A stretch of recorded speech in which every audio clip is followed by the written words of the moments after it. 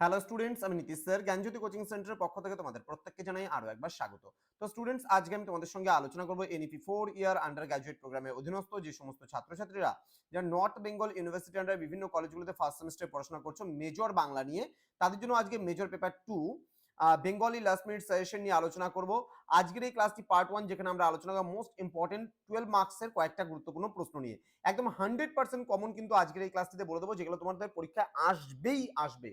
আমি যেমন পেপার 1-এ বলে দিয়েছিলাম, যা বলে দিয়েছি একদম হুবহু কমন পেয়েছো, ঠিক একইভাবে আমি ভাষাতত্ত্ব, ভাষা বিজ্ঞান বলে যে মেজর পেপার 2 রয়েছে সেখান থেকেও যা বলে দেবো তাই কিন্তু আসবেই আসবে। তো স্টুডেন্ট, তোমরা যারা এখনো আমাদের চ্যানেলটিকে সাবস্ক্রাইব করোনি তারা অবশ্যই চ্যানেলটিকে সাবস্ক্রাইব করে পাশে থাকা বেল আইকন অল প্রেস করে দেবে, যাতে নেক্সট টাইম থেকে কোনো ভিডিও আপলোড করলে তার নোটিফিকেশন তুমি সবার আগে পেতে পারো। এছাড়া যারা ভাবছো যে অনলাইনে আমাদের ক্লাস জয়েন করবে তারা অবশ্যই যোগাযোগ করবে আমাদের অফিসিয়াল নাম্বার 7076398606 নাম্বারে অথবা 6295916282 নাম্বারে। তোমাদের টোটাল কোর্স ফি রয়েছে তোমাদের এই সাধ্যের মধ্যে জাস্ট 1199 রুপিসের বিনিময়ে তোমরা পুরো কোর্সটা আমাদের থেকে নিতে পারো। অল সাবজেক্ট পুরো 6 মাসের জন্য কিন্তু এই কোর্স ফিটা নেওয়া হচ্ছে জাস্ট 1199 টাকা। তো দেরি না করে আজই যোগাযোগ করো আমাদের সঙ্গে এবং যুক্ত হয়ে যাও আমাদের অনলাইন ক্লাসে। চলো শুরু করছি আজকের ক্লাসটা। প্রথম প্রশ্ন, বাংলা শব্দার্থ পরিবর্তনের কারণ ও সূত্রগুলি সম্পর্কে আলোচনা করো। Very very important questions. আমি শব্দার্থ পরিবর্তন থেকে 3টে প্রশ্ন দেবো, শব্দার্থ পরিবর্তন এবং ধ্বনি পরিবর্তন থেকে, তার মধ্যে একটা প্রশ্ন আসবেই আসবে। নেক্সট প্রশ্ন, বাংলা শব্দার্থ পরিবর্তনের ধারাগুলির পরিচয় দাও। বাংলা ভাষায় ধ্বনি পরিবর্তনে প্রধান প্রবাহ রীতি প্রকৃতিগুলি আলোচনা করো, অথবা ধ্বনি পরিবর্তনের কারণগুলি আলোচনা করো। এই 3টে প্রশ্নের মধ্যে একটা প্রশ্ন কিন্তু একদম আসবেই আসবে, ভেরি ভেরি ইম্পর্টেন্ট, ভালো করে পড়বে। নেক্সট পরবর্তী প্রশ্ন উপভাষা থেকে দিয়েছি। এই কোশ্চেনটা কিন্তু ঘুরিয়ে ফিরিয়ে অনেকভাবে প্রশ্নটা আসে। যেমন প্রথম প্রশ্ন কি বলেছে এখানে, উপভাষার সংজ্ঞা দাও। বাংলা ভাষায় উপভাষা কয়টি ও কি কি? উপভাষাগুলি কোন কোন অঞ্চলে প্রচলিত তা আলোচনা করো। প্রত্যেকটি উপভাষা ধ্বনিতাত্ত্বিক এবং রূপতাত্ত্বিক বৈশিষ্ট্য সম্পর্কে আলোচনা করো।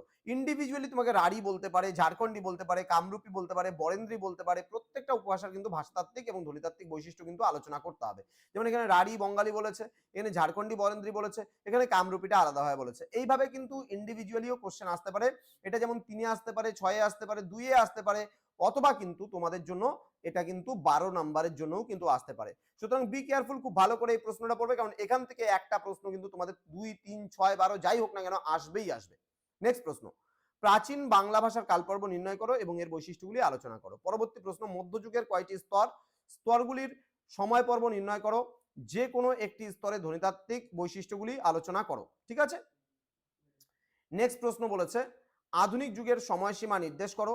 এই পর্বের ভাষার বৈশিষ্ট্যগুলি আলোচনা করো। নেক্সট বলছে, বাংলা ভাষার উদ্ভব ও ক্রমবিকাশের একটি চিত্র অঙ্কন করো। অথবা দিয়ে বলছে, বাংলা ভাষার যুগ বিভাজন উল্লেখ করে তার বিবর্তনের রূপরেখা তৈরি করো। ঠিক আছে। এই যে 3টে প্রশ্ন বা 4টে প্রশ্ন আমি বলেছি, এখান থেকে কিন্তু একটা প্রশ্ন আসার সম্ভাবনা প্রবল রয়েছে। একদম 100% কমন এখান থেকে পাবে, সেটা কিন্তু ড্যাম শিওর। নেক্সট কোশ্চেন বলছে, দেখো, ইন্দো ইউরোপীয় ভাষাগোষ্ঠী থেকে বাংলা ভাষার উৎপত্তির ইতিহাস। এটা কিন্তু 6-এও আসতে পারে অথবা 12-তেও আসতে পারে। নেক্সট, ইন্দো ইউরোপীয় ভাষাবংশের শাখা কয়টি ও কি কি সেগুলির পরিচয় দাও। এই যে ইন্দো ইউরোপীয় থেকে 2টো দিয়েছি, একটা প্রশ্ন ছোটতে হোক বড়তে হোক মিডিয়ামে হোক আসবে। নেক্সট, রূপমূল কাকে বলে? উদাহরণস্বরূপ স্বাধীন এবং পরাধীন রূপমূল, এটা 6-এ যাবে।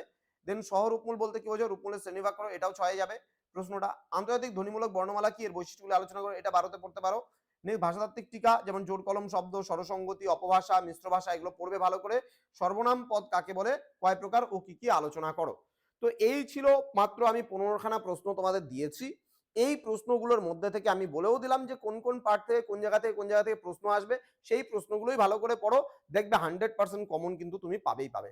তো স্টুডেন্টস, তোমাদের সঙ্গে দেখা হবে খুব তাড়াতাড়ি আরো একটা নতুন ক্লাস নিয়ে। তোমরা প্রত্যেকেই ভালো থেকো, সুস্থ থেকো। Thank you so much. Thanks for watching after all. Thank you.